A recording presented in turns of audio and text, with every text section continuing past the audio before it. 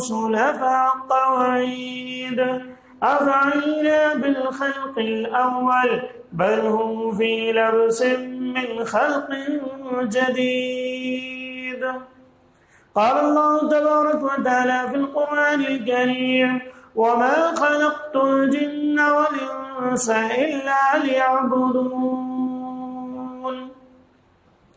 تمام طرح کی تعریفیں، حمد و ثنا، بڑائی و کبریائی اس اللہ رب العالمین کے لیے لائق و زیبا ہے جو تمام جہانوں کا پالنہار ہے۔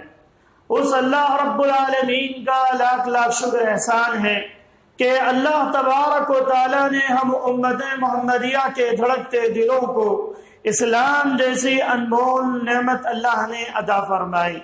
اس اللہ رب العالمین کا ہم پر بہت بڑا احسان یہ ہے کہ اللہ نے اسلام کی دولت کے ساتھ ساتھ کتاب و سنت کے ماننے والوں میں اللہ نے پیدا فرمایا۔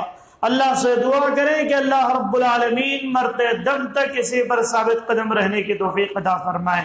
یہ چھوٹی سی حمد و ثنا کے بعد درود و سلام کا نزول ہو جیو میرے اور آپ کے آخری نبی آمینہ کے لال مدینہ کے سردار جناب محمد الرسول اللہ صلی اللہ علیہ وسلم پر، اس نبی اقدس مقدس پر جس نبی اکرم صلی اللہ علیہ وسلم نے اس بھٹکتی اس گمراہ قوم کو سیدھی راہ پر لانے کے لیے دن کو دن نہ سمجھا، رات کو رات نہ سمجھا، بلکہ اپنی پوری زندگی اس امت کے لیے صرف کر دی۔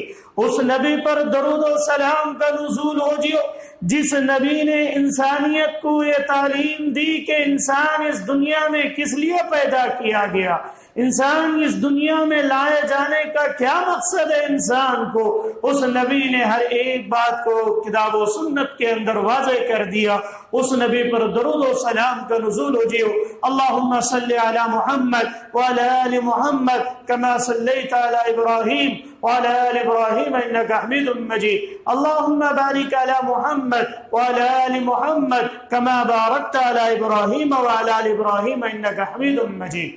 محترم سامعین و سامعات، پردہ نشین ماں اور بہنوں، نوجوان بھائیوں اور چھوٹے بچوں، میں نے آپ حضرات کے سامنے سورہ زاریات کی ایک آیت کریمہ پڑھی ہے، اور مجھے آج جس موضوع پر آپ کے سامنے گفتگو کرنی ہے وہ یہ ہے کہ انسان کی زندگی کا مقصد کیا ہے، انسان اس دنیا کے اندر آیا کیوں ہے، اسے اللہ نے دنیا کے اندر بھیجا کس مقصد سے ہے، اور انسان کس انداز سے زندگی گزار رہا ہے اور اسے کس انداز سے زندگی گزارنی چاہیے تھی۔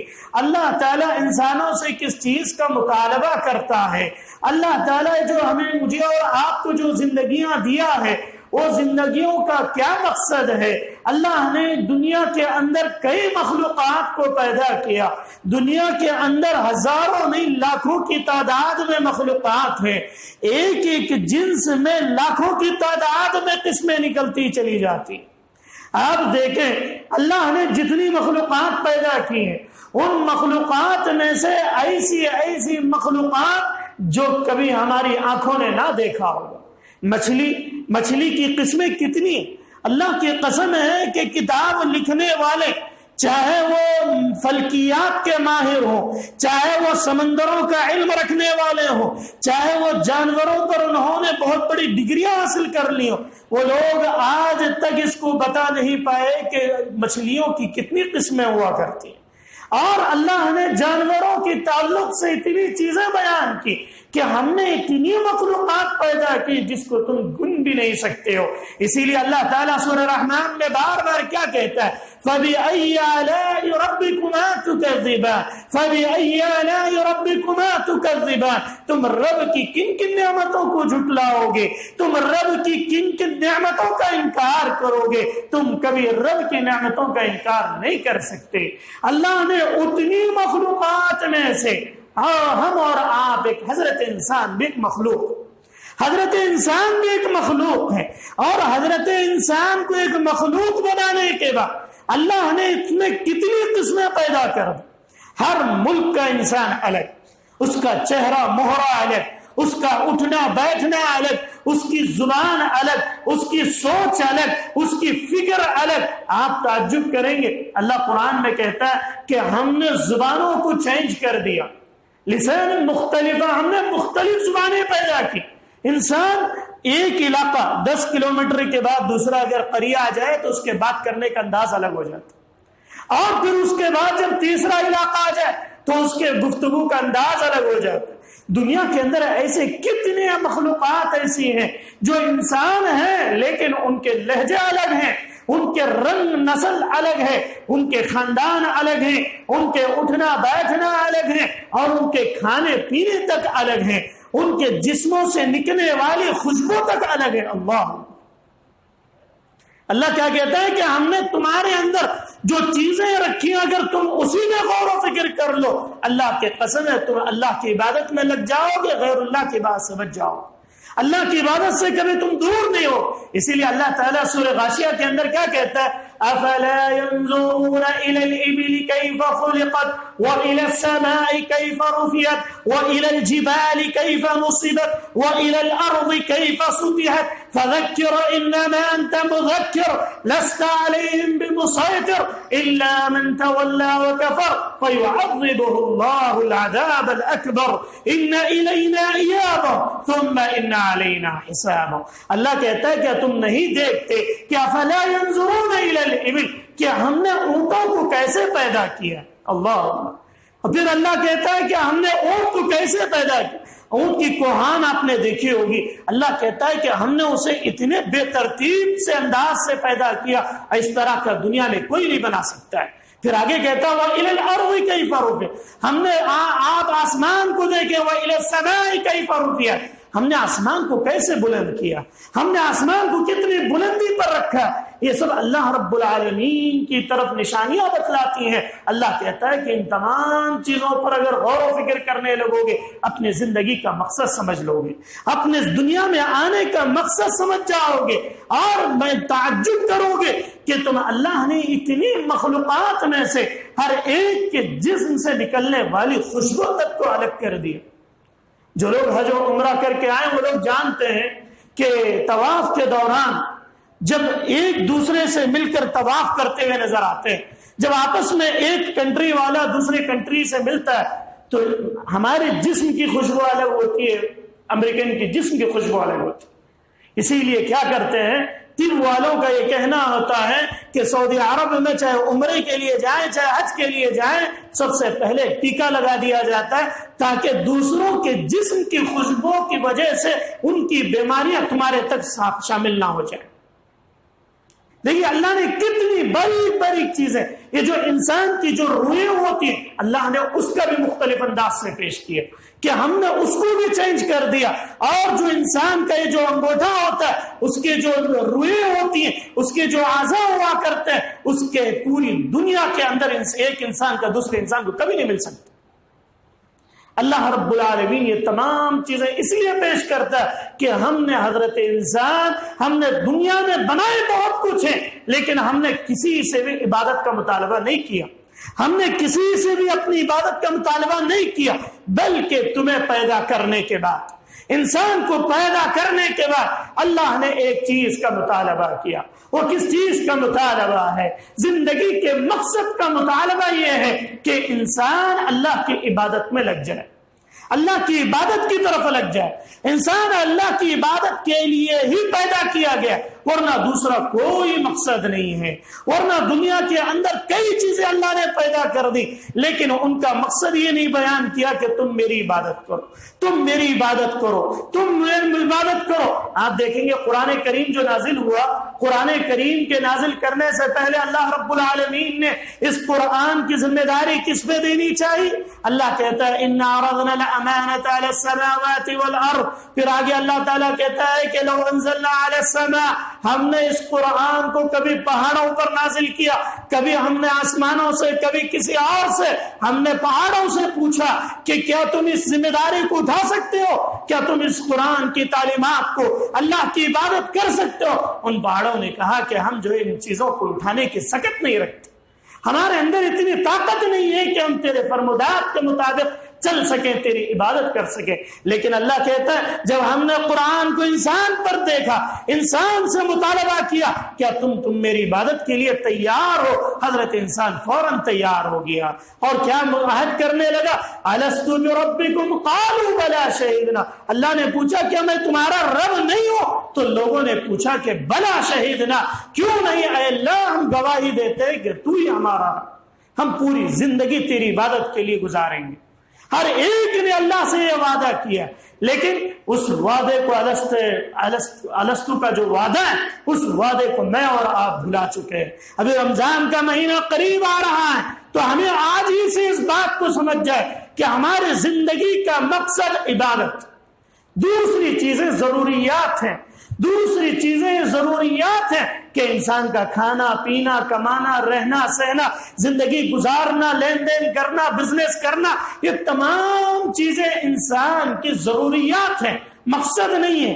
مقصد اللہ کو راضی کرنا, مقصد اللہ کو خوش کرنا. آپ تعجب کریں گے کہ اللہ نے جانوروں میں بھی ایسی چیزیں رکھی ہیں کہ وہ اللہ رب العالمین کی عبادت کے لیے اپنے آپ کو وقف کرتی ہیں.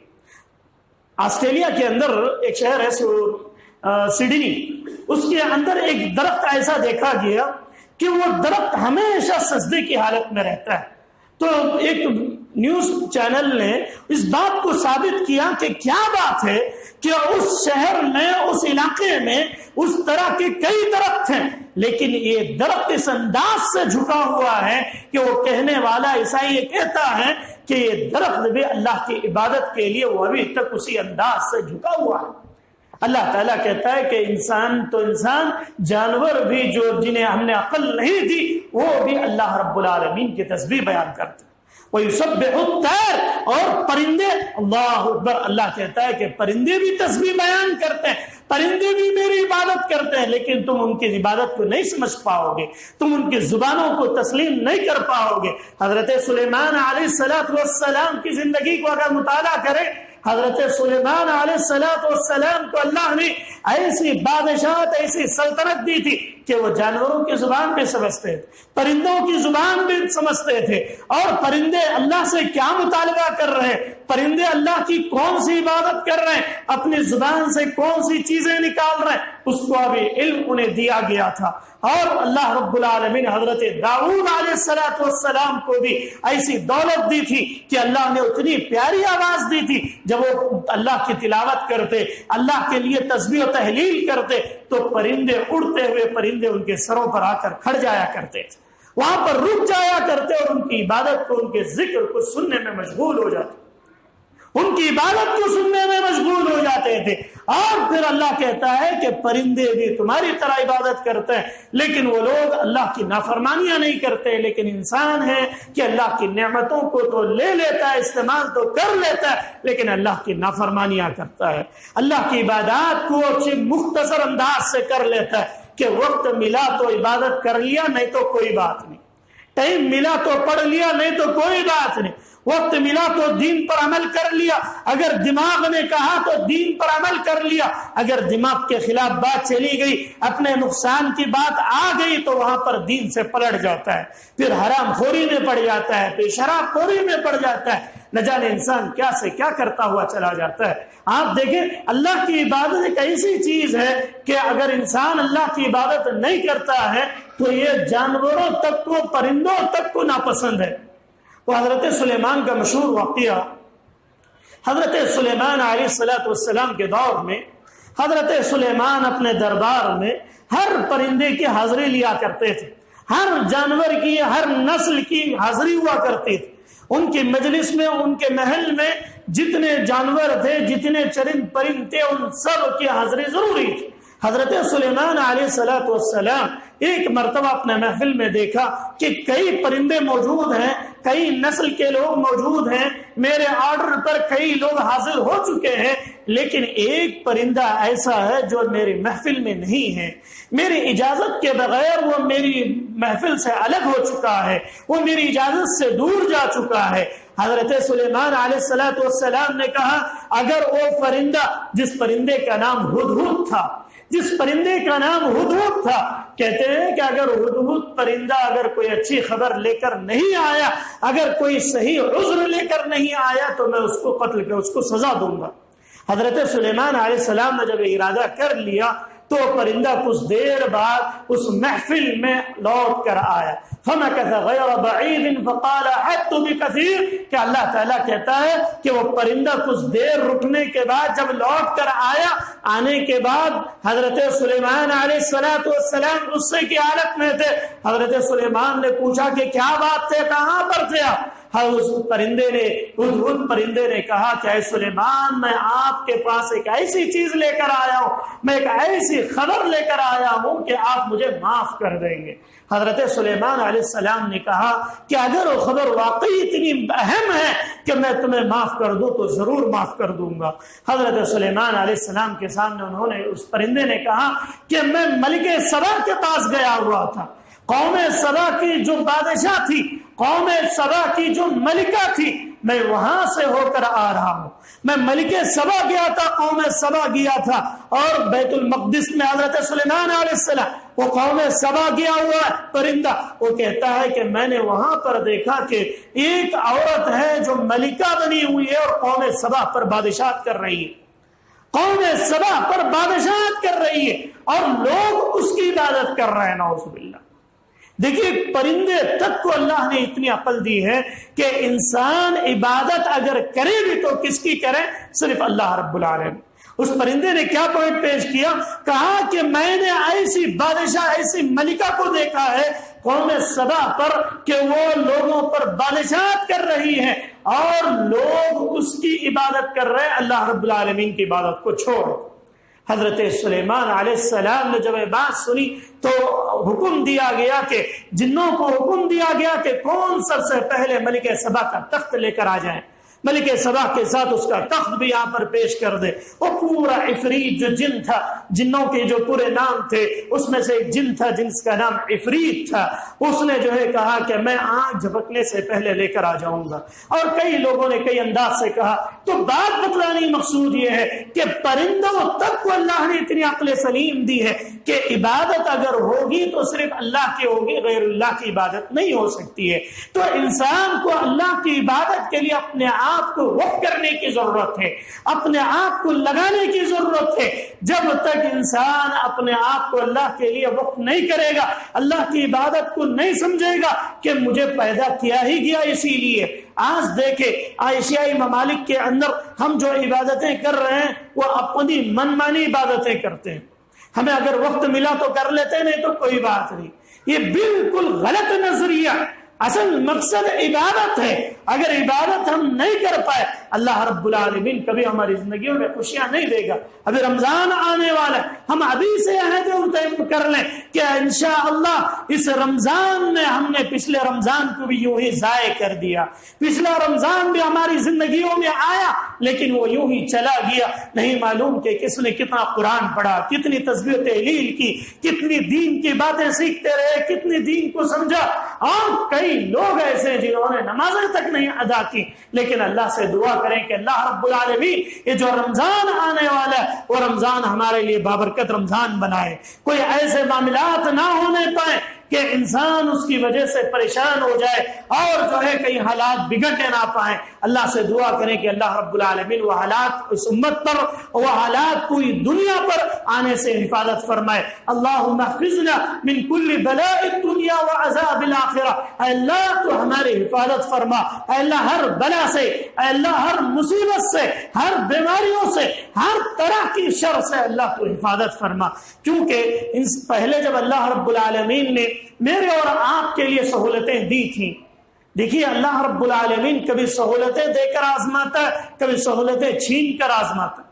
ہمارے پاس اتنی سہولتیں تھی کہ کوئی پوچھنے والا تک نہیں تھا کہ آپ مسجد میں کتنی دیر تک جاگتے ہیں، کتنی دیر تک رہتے ہیں، کتنی دیر تک نمازیں پڑھتے ہیں، کتنی دیر تک ایک جگہ اکٹھا ہوتے ہیں۔ لیکن اب حالات ایسے چینج ہوتے جا رہے ہیں کہ ہماری اذانوں پر پابندیوں کی بات ہوتی ہے، کبھی ہماری قرآن پر نہ جانے ایسے ایسے الزامات لگائے جاتے ہیں، کبھی ایسے حالات ہو جاتے ہیں کہ ہمارے نمازوں پر، ہمارے مساجد میں جمنے پر پابندیاں لگنے کی بات کی جاتی ہے.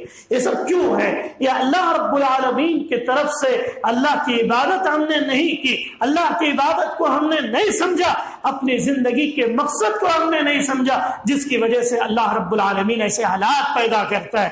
تو وہ حالات سے بچنا میری اور آپ کی ذمہ داری ہے. تو ایک بات اور خاص طور سے بتلاتا چلوں کہ ان حالات سے بچنے کے لیے جو سب اس سے پچھلے سال بھی ہم نے احتیاط کیا کہ ماسک کا خاص طور سے احتیاط کریں، ماسک پہنیں اور سینیٹائزر کا، اور اسی طریقے سے انسان جو ہے یہ سوچے کہ ہمیشہ دعائیں کو اہتمام کریں. یہ تو ایک چیزیں ہیں کہ ماسک پہننا، سینیٹائزر استعمال کرنا یا دوری اختیار کرنا، یہ سب چیزیں ادویات میں سے آتی ہیں، لیکن دعاؤں کا خاص طور سے اہتمام کریں. اللہ کے سے جڑ جائیں، اللہ سے عبادت کی طرف لگ جائیں، اللہ تعالیٰ مسائل کو خود بخود حل کرتا چلا جائے. ہم یہ سوچیں کہ ہم کس طریقے سے اس رمضان کی عبادت کو ہم حاصل کر پائیں گے، ہم اس رمضان کے لیے اپنے آپ کو کیسے تیار کر پائیں گے، کیونکہ ہماری زندگی کا مقصد ہی اللہ رب العالمین کی عبادت ہے. پہلے کیا حالات تھے؟ صحابہ اکرام کی زندگیوں کو اگر پڑھتے ہیں تو صحابہ اکرام کو کہنا پڑتا کہ آپ تھوڑا دنیا کی طرف بھی آئیے. کیا ہوتا تھا پہلے؟ صحابہ کرام کے واقعات یہ بتلاتے ہیں کہ انہیں کہنا پڑتا تھا کہ آپ کو اللہ نے عبادت کے لیے پیدا کیا ضرور ہے، لیکن دنیا کی طرف بھی تھوڑا دیکھ لیں، دنیا کی طرف بھی تھوڑا جھانک لیں کہ دنیا میں کیا ہو رہا ہے، دنیا کی زندگی کو بھی دیکھ لیں، اللہ نے نعمتوں کے طور پر دیا ہے. صحابہ کرام پریشان ہو جاتے تھے. حضرت عبد الرحمن بن عوف رضی اللہ تعالی عنہ جو اتنے بڑے مالدار تھے، مدینہ کے سب سے بڑے مالدار حضرت عبد الرحمن بن عوف تھے. ایک بار اللہ کی راہ میں جب خرچ کرتے 100 اونٹ اللہ کی راہ میں دے دیا کرتے تھے، اور جب مدینہ آئے تھے تو پہننے کے لیے ایک جوڑا کپڑا تک نہ تھا. اللہ نے اتنی دولت دی تھی، عبد الرحمن بہت لٹایا کرتے تھے، اللہ ان کو ایسے ہی دیا کرتا تھا. حضرت عبد الرحمن ایک مرتبہ ان کی بیوی نے ان کو دسترخوان بچھایا، کئی طرح کے انواع اقسام وہاں پر رکھ دیے گئے، کئی طرح کے انواع اقسام رکھ دیے گئے. حضرت عبد الرحمن بن عوف کو ایک آیت کریمہ یاد آ گئی. اس آیت کریمہ کو یاد کر کے انما الحیات الدنیا لعب ولہو وزینۃ وتفاخر، یہ پوری آیت کریمہ جب انہیں یاد آ گئی تو وہ کہتے ہیں کہ انہوں نے ایک لقمہ اپنے پیٹ میں داخل نہیں کیا.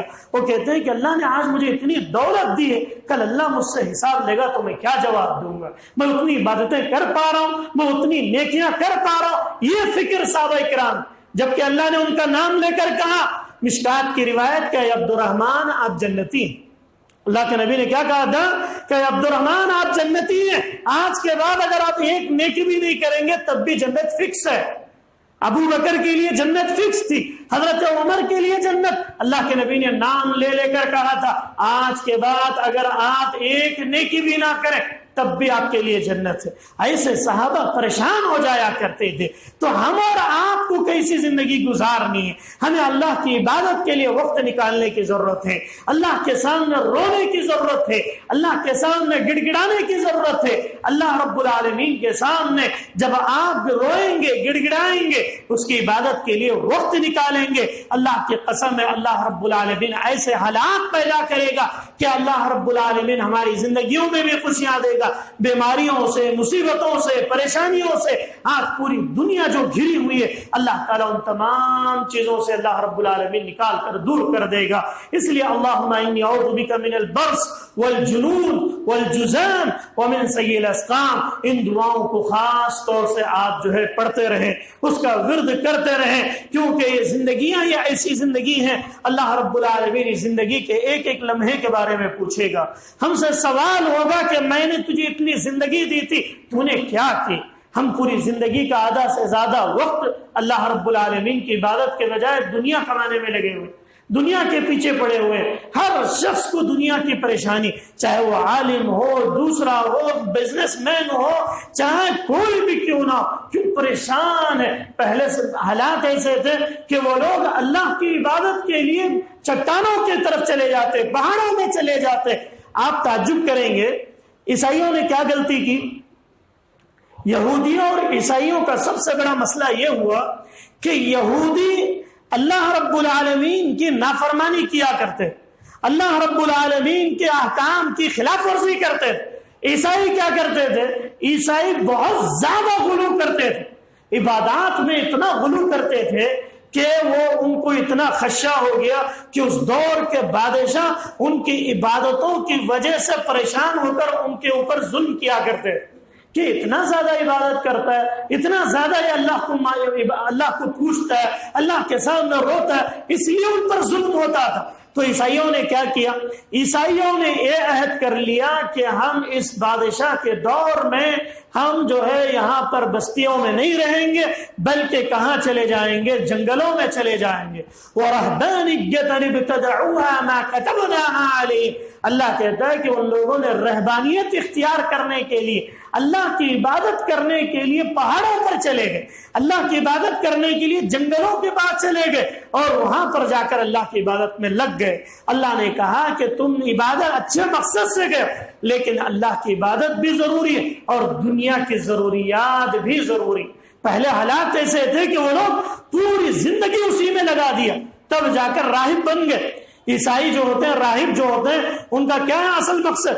ان کا یہی مقصد ہے کہ ہمیں پیدا کیا عبادت کے لیے، تو ہم دنیا میں کچھ نہیں کریں گے، ہم دنیا میں نہیں کمائیں گے، بیوی شادیاں نہیں کریں گے، فلاں کام نہیں کریں گے، ہمیں دنیا سے کوئی لینا دینا نہیں۔ یہ بھی بالکل غلط ہے۔ لیکن آج کیا حالات ہے؟ ہم پوری دنیا کے لیے کر رہے ہیں۔ اب لوگوں کو کیا بولنا پڑ رہا ہے کہ بھئی دنیا اصل نہیں ہے، اللہ کی عبادت بھی کر لو، اللہ کے لیے تھوڑا تیاریاں کر لو، رمضان آ رہا ہے، نمازیں پڑھو، قرآن پڑھو، بولنا پڑ رہا ہے۔ پہلے کیا بولنا پڑ رہا تھا کہ صرف عبادت ہی اصل نہیں ہے، دنیا بھی اصل ہے، شادیاں کرو، رہبانیت چھوڑو، رہبانیت چھوڑو۔ اللہ کے نبی کہا کرتے تھے رہبانیت نہیں، اسلام میں نہیں ہے، ختم کر دیا گیا، تمہیں شادیاں بھی کرنی پڑے گی، تمہیں بیوی بچوں کو بھی پالنا پڑے گا، تمہیں دنیا بھی کمانی پڑے گی، اس سے صدقات و خیرات کرو۔ یہ اتنا جو ہے توازن، آپ دیکھیں تضاد چیزیں دیکھنے کو ملتی ہیں۔ اللہ سے دعا کریں کہ اللہ رب العالمین مجھے اور آپ کو دین پر عمل کرنے کی توفیق عطا فرمائے، نیک اعمال کرنے کی توفیق عطا فرمائے، صدقات و خیرات کرنے کی توفیق عطا فرمائے۔ اور خاص طور سے جیسے پچھلے مہینے میں بھی اعلان کیا گیا تھا کہ محمدی سلفی بیت المال ریڈ روک کے اندر جس کا انعقاد ہو چکا ہے الحمدللہ، تو اس میں جو ہے یہ بات طے پائی تھی کہ مہینے کے ہر مہینے کا پہلا جمعہ، اس جمعے میں جو ہے محمدی بیت المال کے لیے چندہ دینے کی بات ہوئی تھی ہر مسجد سے۔ تو یہ مہینے کا پہلا جمعہ ہے، تو میں آپ سے اپیل کرتا ہوں کہ زیادہ سے زیادہ اللہ کی راہ میں دیں۔ اللہ رب العالمین آپ کی کمائیوں میں برکت عطا فرمائے، مصیبتوں سے دور رکھے، بیماریوں سے، پریشانیوں سے، جو کوئی بھی انسان جس مصیبت میں بھی گھرا ہوا ہے اللہ رب العالمین اس مصیبت سے دور فرمائے۔ جو لوگ بھی قرض دار ہیں اللہ رب العالمین ان کے لیے کوئی ایسا راستہ نکال دے کہ وہ لوگ اس سے دور ہو جائیں، اور جو لوگ بیماریوں میں مبتلا ہیں اللہ رب العالمین شفا کاملہ عاجلہ عطا فرمائے۔ اے اللہ جو لوگ دوسرے اور مسائل میں گھرے ہوئے اے اللہ انہیں ان مسائل سے نکال دے۔ آمین۔ والسلام علیکم ورحمۃ اللہ وبرکاتہ۔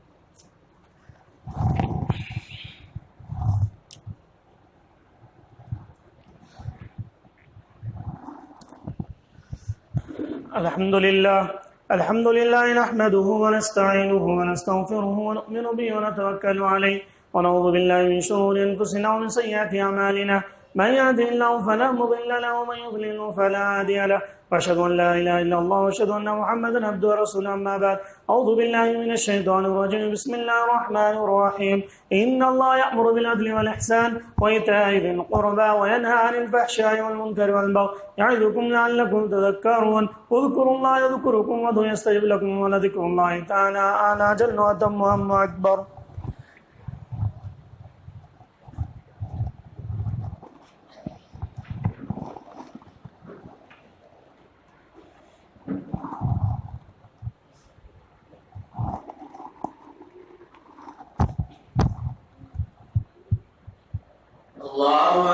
الرسل فحق وعيد أفعينا بالخلق الأول بل هم في لبس من خلق جديد. قال الله تبارك وتعالى في القرآن الكريم وما خلقت الجن والانس الا ليعبدون۔ تمام طرح کی تعریفیں، حمد و ثنا، بڑائی و کبریائی اس اللہ رب العالمین کے لیے لائق و زیبا ہے جو تمام جہانوں کا پالنہار ہے۔ اس اللہ رب العالمین کا لاکھ لاکھ شکر احسان ہے کہ اللہ تبارک و تعالیٰ نے ہم امت محمدیہ کے دھڑکتے دلوں کو اسلام جیسی انمول نعمت اللہ نے عطا فرمائی۔ اس اللہ رب العالمین کا ہم پر بہت بڑا احسان یہ ہے کہ اللہ نے اسلام کی دولت کے ساتھ ساتھ کتاب و سنت کے ماننے والوں میں اللہ نے پیدا فرمایا۔ اللہ سے دعا کریں کہ اللہ رب العالمین مرتے دم تک اسی پر ثابت قدم رہنے کی توفیق عطا فرمائے۔ یہ چھوٹی سی حمد و ثنا کے بعد درود و سلام کا نزول ہو جیو میرے اور آپ کے آخری نبی آمینہ کے لال مدینہ کے سردار جناب محمد الرسول اللہ صلی اللہ علیہ وسلم پر، اس نبی اقدس مقدس پر جس نبی اکرم صلی اللہ علیہ وسلم نے اس بھٹکتی اس گمراہ قوم کو سیدھی راہ پر لانے کے لیے دن کو دن نہ سمجھا، رات کو رات نہ سمجھا، بلکہ اپنی پوری زندگی اس امت کے لیے صرف کر دی۔ اس نبی پر درود و سلام کا نزول ہو جیو جس نبی نے انسانیت کو یہ تعلیم دی کہ انسان اس دنیا میں کس لیے پیدا کیا گیا، انسان اس دنیا میں لائے جانے کا کیا مقصد ہے انسان کو۔ اس نبی نے ہر ایک بات کو کتاب و سنت کے اندر واضح کر دیا۔ اس نبی پر درود و سلام کا نزول ہو جیو۔ اللہم صلی علی محمد وعلی آل محمد کما صلیت علی ابراہیم وعلی آل ابراہیم انکا حمید مجید۔ اللہم بارک علی محمد وعلی آل محمد کما بارکت علی ابراہیم وعلی آل ابراہیم انکا حمید مجید۔